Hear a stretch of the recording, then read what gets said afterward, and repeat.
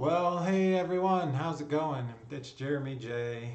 And based on your feedback from one of my last videos from Deborah Lord, Barry Mills, Maggie Blue Eyes, and Multi-Kill Gaming, I'm going to start adjusting course on my videos and just diving into various things. A lot of it is investing in trying to make the world a better place. It's definitely was a very vivid theme for me for this year is how do I become an investor? How do I become a king? Make the world a better place? And even with your feedback here, this is something I started in about the first week of this year. Started investing and thinking about growing my value, my nest egg, my net worth. So in this first video, I'm going to talk about Bitcoin and my understanding of it. And I don't own a lot of Bitcoin. In fact, I have a Coinbase account right here. This is how much Bitcoin I own, 0.042, lots of numbers. So just over 4% of a Bitcoin and almost one Ethereum. That's my that's my current portfolio of cryptocurrencies. There's tons of them, lots of different cryptocurrencies. These are 42, but there's even more than that. So I saw from your feedback that you wanted to learn about cryptocurrency. Well, the first thing to know is that it's digital, it's on computers. It's not like a dollar bill you can hold. You're not going to, let's see if I even have a dollar bill. I don't. My wallet's completely empty. But let's say I had some dollars in there. Bitcoin's not a physical thing that you can hold in your hand unless you're holding your laptop computer that has your Bitcoin on your laptop. So that's the first thing to know about it. The second thing to know about it is that it started in around 2008-9 was the idea for it. And unfortunately on this chart I can't go much before 2014, but you used to get a Bitcoin for next to nothing or cents. And as 2014 rolled around, it was in the hundreds of dollars. Interestingly enough, is that for it quadrupled.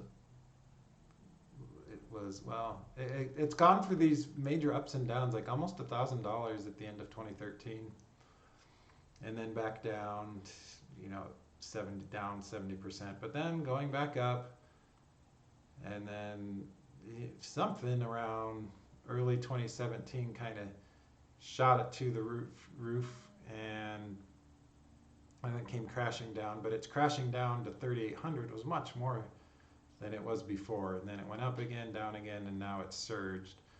And recently Tesla made an investment about right here into a bunch of Bitcoin.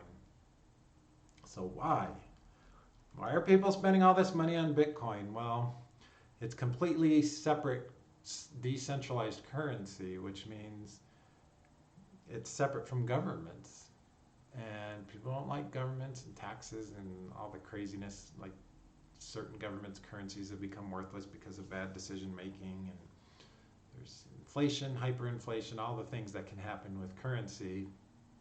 Bitcoin is it's hard for me to see that because there's 21 million total Bitcoins, and in reality, like it's even not quite like that. There's 21 million if you go to the one decimal place here, but I can own up to 8 decimal places of a Bitcoin.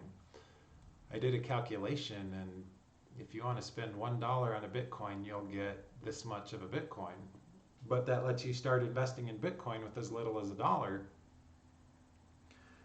I would recommend not investing $1 because I think the website I use, Coinbase, you pay a fee on your purchases, so I buy it in $100 to $200 chunks, and this is my current.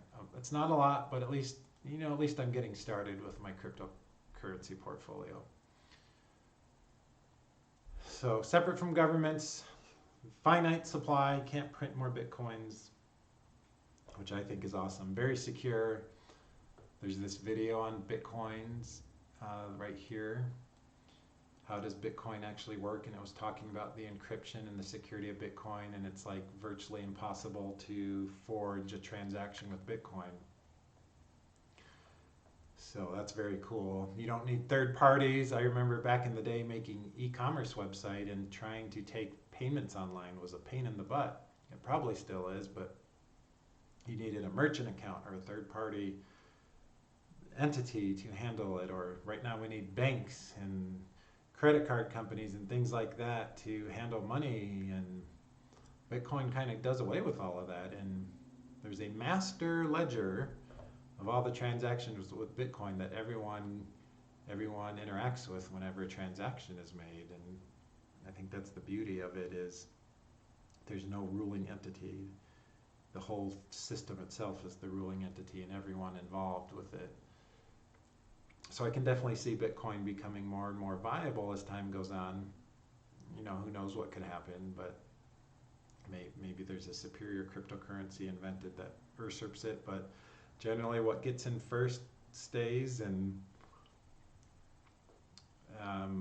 so that's kind of just some basics about Bitcoin from my understanding.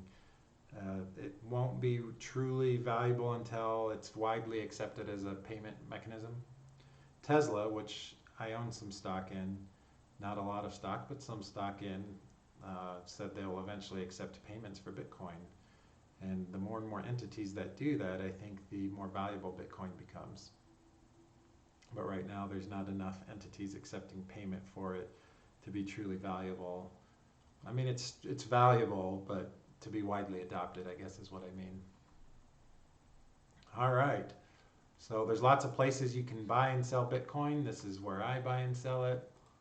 If you look at the price right now, it's at all-time highs. So I buy in small increments of 100 to 200 every month, 50-50 to Bitcoin and Ethereum. Ethereum's another cryptocurrency like Bitcoin, except I think Ethereum doesn't have a cap. I think it's unlimited, but I'll have to look into that. Tesla bought $1.5 billion worth of Bitcoin in a very controversial transaction. Here's a video that's 26 minutes long that talks a lot more about it. I'll post it in the description of this video. But to me, it's just another pie in my investment portfolio, something to diversify with, and not a ton, but some. Right now, it's not even 1% of my net worth, or maybe it's like 1%, and I'll do a video on that later, but I'll keep putting small amounts in every month. And you know, one day if it's $1 million a coin, I'll be glad I did this, and if it's widely accepted, I'll be glad I did this. So that's my introductory understanding of Bitcoin. I hope you all enjoyed that. If you have further questions on Bitcoin, I'll go research your questions and I'll do part 2. But for now, this is part 1. All right. See y'all on the next video. This is my first attempt at doing a screen with me in the lower right. I just figured out how to do this the other day, so if y'all like that, I'll keep doing it. Okay, thanks so much. We'll see you later.